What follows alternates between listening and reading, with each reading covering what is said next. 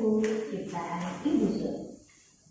Lihat kebunku penuh dengan bunga, ada yang putih dan ada yang merah.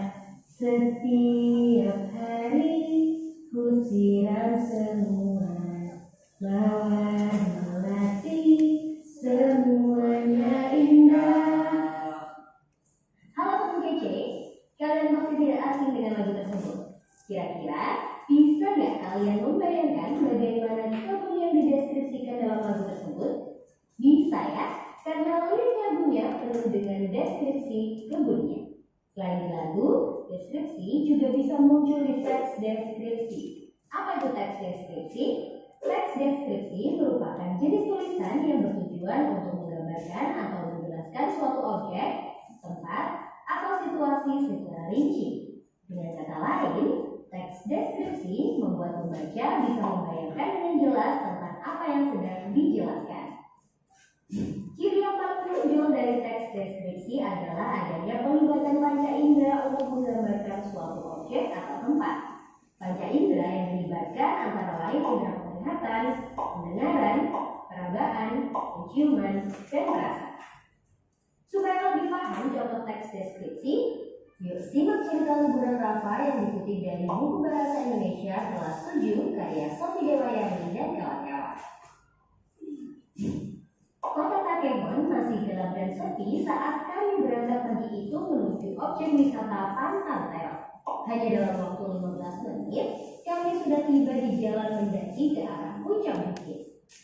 Wow, jalanan kecil itu menanjak dan curam dengan tikungan-tikungan yang tajam. Deg-degan sekali rasanya. Untung Paman lihai mengendarai mobil. Kata Paman, hanya mobil berkondisi prima yang bisa memanjat jalanan securam ini.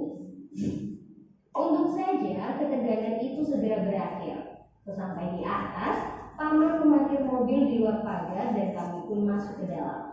Dari ketinggian 1830 meter di atas permukaan laut, kami dapat melihat warna langit yang jingga terkena semburat sinar matahari di balik deretan gunung-gunung yang kokoh. Warna itu kontras sekali dengan perbukitan yang hijau, perkebunan, lembah-lembah yang sangat cantik, dan kota Takemon yang terlihat kecil dari sini. Oh iya, kalian juga dapat melihat danau laut tawar yang seperti berkilau di tempat sinar matahari pagi. Pokoknya, rasa kantuk karena bangun pada pagi buta tadi sudah terbayar dengan pemandangan cantik ini. Kata Paman, kalian juga dapat menikmati pelangi yang muncul setelah hujan. Wah, aku jadi penasaran. Lain kali, aku harus ke sini lagi. Nah, matahari sudah makin tinggi. Waktunya untuk swafoto. Wah, banyak sekali latar yang dapat dipilih untuk swafoto. Ada ayunan di depan tulisan Pantang Terong yang dicat senada dengan warna bendera pusaka merah dan putih. Apabila kalian bersuah foto di sana, kalian akan mendapatkan latar lembah yang mengepung kota Takemon di kejauhan. Keren kan? Bagus ya, pasti kalian tidak tahu aku sedang membimbing kedinginan karena kulitku diterpa angin dingin. Setelah bersuah foto, apalagi? Di sini kalian pun dapat mencicipi aneka jenis sajian kopi asli tanah Gayo. Kalian dapat memilih berbagai varian minuman kopi seperti espresso, cappuccino, mochaccino, hingga latte. Kalian harus mencoba salah satu kopi ini karena aromanya sedap sekali loh. Makin siang makin banyak pengunjung berdatangan. Matahari makin tinggi dan hawa sejuk memeluk kami. Angin yang bertiup memainkan rambut dan berputar di sekeliling tubuh membuat kami ingin bersuah foto lagi dan lagi. Sebelum pulang, Paman membeli souvenir yang berbentuk kopi kayu. Katanya kita harus membantu perajin lokal. Nah, tunggu apa lagi?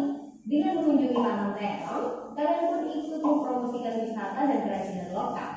Segera berwisata ke Aceh dan menikmati kecantikan Pantang Terong ya. Setelah menyimak cerita tadi, apakah kamu jadi bisa membayangkan dengan jelas dan seolah-olah ikut menikmati indahnya Pantang Terong? Cerita liburan Rafa adalah salah satu contoh teks deskripsi karena menjelaskan objek. Cerita liburan Rafa adalah salah satu contoh teks deskripsi karena menjelaskan objek wisata Pantang Terong dengan rinci dan melibatkan panca indera.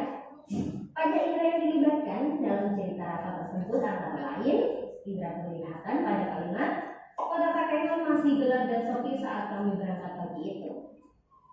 Indera pendengaran pada kalimat angin yang bertiup memainkan rambut dan berputar di sekeliling tubuh membuat kami ingin bersuah foto lagi dan lagi. Indera perabaan pada kalimat bagus ya. Pasti kalian tidak tahu aku sedang menggigil kedinginan karena kulitku diterpa angin dingin. Indera penciuman pada kalimat kalian harus mencoba salah satu kopi ini karena aromanya sedang sekali loh. Indera pengecapan pada kalimat di sini kalian pun dapat mencicipi aneka jenis sajian kopi asli tanah Dayak. Dalam teks deskripsi kita juga mengenal kata umum dan kata khusus. Kata umum digunakan untuk menyebut objek secara umum, sedangkan kata khusus untuk menyebut objek secara spesifik. Dalam cerita liburan Rafa, contoh kata umum adalah minuman kopi, sedangkan contoh kata khusus adalah espresso, cappuccino, mochaccino, dan latte. Dalam menggambarkan objek wisata Pantai Terong, Rafa juga menggunakan dua jenis personifikasi. Wajah ini mengumpamakan benda mati soal. Nah, setelah menyaksikan video tadi, kalian pasti sudah bisa membayangkan nih gimana cara membuat teks deskripsi yang baik dan benar ya? Ya. Nah, apa aja nih yang dibahas dalam video tersebut? Liburan Rafa kan? Kemana si Rafa itu? Pantai Terong. Gimana Pantai Terong tersebut? Kalian pernah ke Pantai Terong? Belum. Ya ampun, nanti kita pas liburan ya kita ke sana, kumpulkan duit sebanyak-banyaknya. Nanti ditanggung yang lebih kaya ya.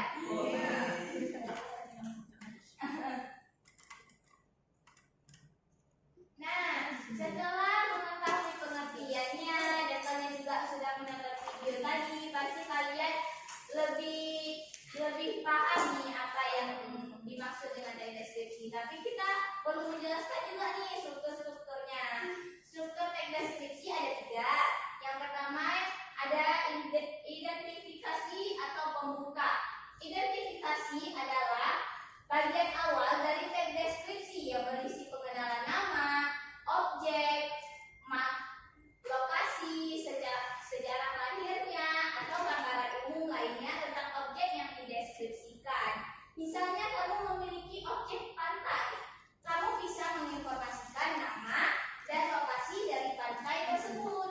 Kamu dapat menuliskan betapa terkenalnya pantai tersebut. Misalnya kita berbicara tentang pantai di Longa, itu kan banyak tuh kafe-kafenya di sana, gimana pasirnya yang lembut, begitu. Nah, yang selanjutnya ada deskripsi bagian. Deskripsi bagian adalah gambaran rinci dari sudut pandang penulis tentang suatu objek. Penulis menggambarkan apa yang telah ia lihat, dengar, dan rasakan selama mengamati objek pilihannya. Jadi, pada bagian ini penulis bisa menggambarkan tiap bagian yang ada objeknya. Misalnya ketika mendeskripsikan pantai, kamu bisa menggambarkan bahwa pantai merupakan tempat yang sangat indah dengan deburan ombak yang ramai, tetapi udaranya sangat panas sehingga membuatmu harus terus memakai kopi agar tetap bisa menikmati pemandangannya. Nah, yang terakhir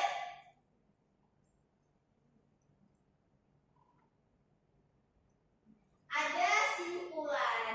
Struktur teks deskripsi yang terakhir adalah simpulan.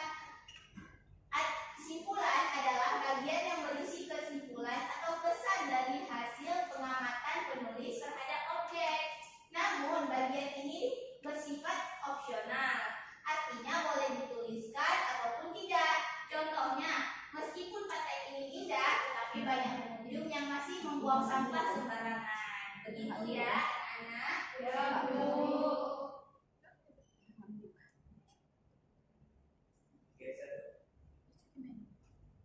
Sekarang udah dirubah. Bentar ya.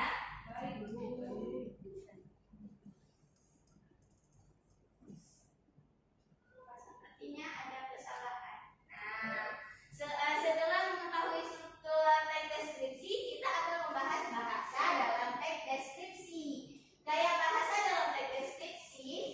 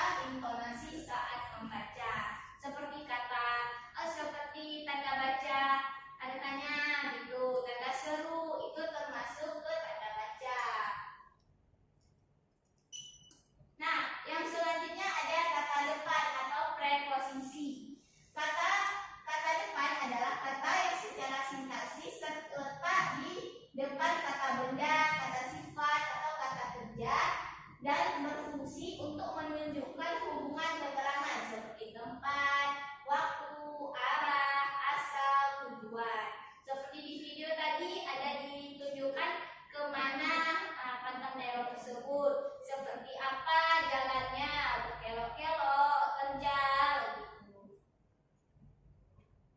Nah, contoh objek teks deskripsi. Objek dalam teks deskripsi bisa berupa tempat seperti pasar, sekolah, hutan. Bisa benda seperti sepeda, laptop. Bisa makhluk hidup seperti kucing, burung, atau suasana acara adat, hujan di sore hari.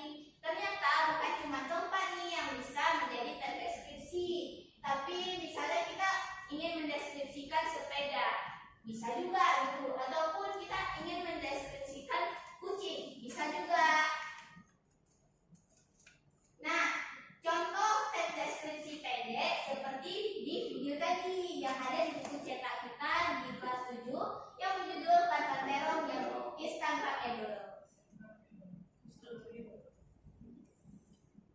Nah, ini adalah langkah-langkah menulis teks deskripsi. Yang pertama adalah tentukan objek, seperti misalnya kalian ingin mendeskripsikan museum tsunami misalnya. Nah, setelah itu amati objek secara detail.